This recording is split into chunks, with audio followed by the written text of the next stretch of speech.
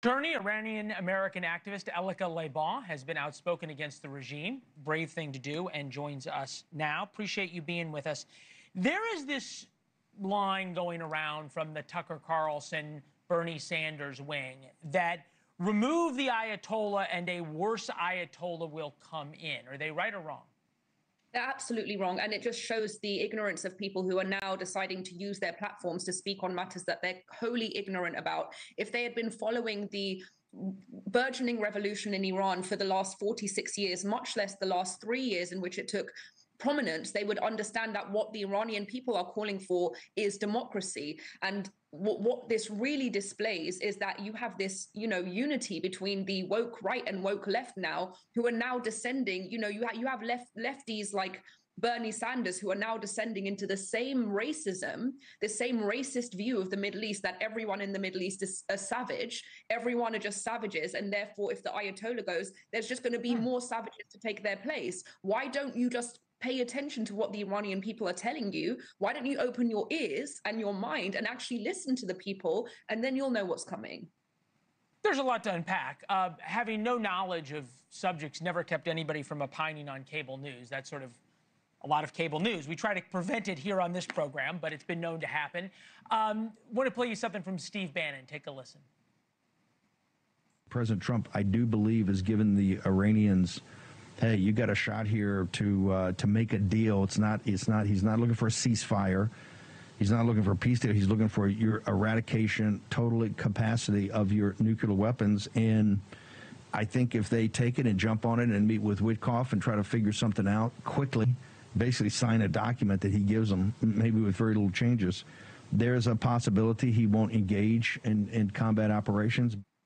Is there any reason to think that whatever the Ayatollah may agree to, that he will stick by that deal after having broken so many nuclear deals in the past? You have to ask this question: what price does diplomacy come at? A couple of years ago, Obama engaged in the JCPOA, which was the nuclear deal at the time. And, you have to ask yourself, what is a deal? Isn't a deal something where they also get something? They're not just going to say, okay, yeah, we're just going to pack it all in and throw it away for nothing. Of course, it comes at a price. And what price did it come at? It came at the price of $150 billion. It came at the price of expanding its influence across the Middle East, emboldening its proxies. October 7th, that was the price of the last nuclear deal. So when people now talk about this prospect of a deal, what are you trading the deal for? You think you're getting peace at the end of the deal? Then why are we in this position after the last deal? Fair questions. I'll ask you another one. Where are all the LGBTQ people? Where are all the Free Palestine people worried about civilians in Gaza? Where are all the women's rights folks when you've got LGBTQ people being killed in Tehran? Women have no rights. There's Muslims there living in far worse conditions than Muslims in the West Bank live in.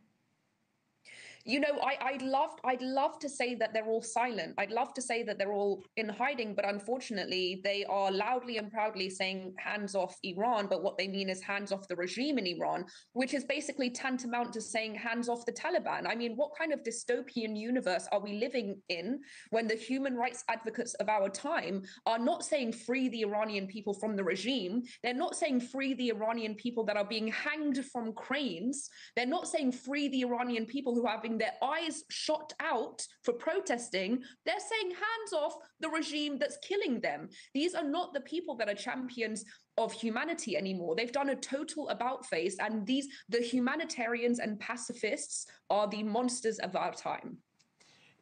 There appears to be a break, at least right now in the world, that I didn't see after the Green Revolution 2009, when President Obama turned his back on those in the streets in Iran. Same thing happened after the young woman was killed for not wearing her hijab. The Biden administration turned its back on those. Do you see a change, A, in the world, but B, also in how Iranians themselves are looking at their own country? I think what we're going to have to do right now is sort of assess how the situation develops.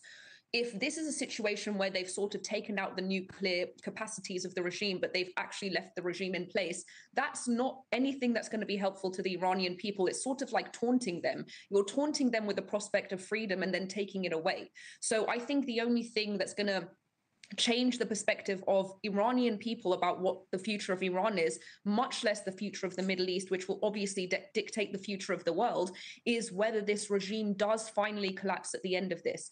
If this is just a strategy to weaken its military capabilities and take out its nuclear capabilities, yes, it's good news for the rest of the world, but it's not good news for Iranian people, who will then have had to suffer through war and be traumatized and then be left with the same regime that it had before.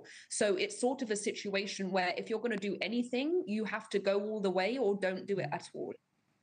Elika, you were the right woman for this conversation. I hope I'm never in an argument with you, because I will lose. It's good to have you. Thank you very much. We'll see you back. Thank you. Bye.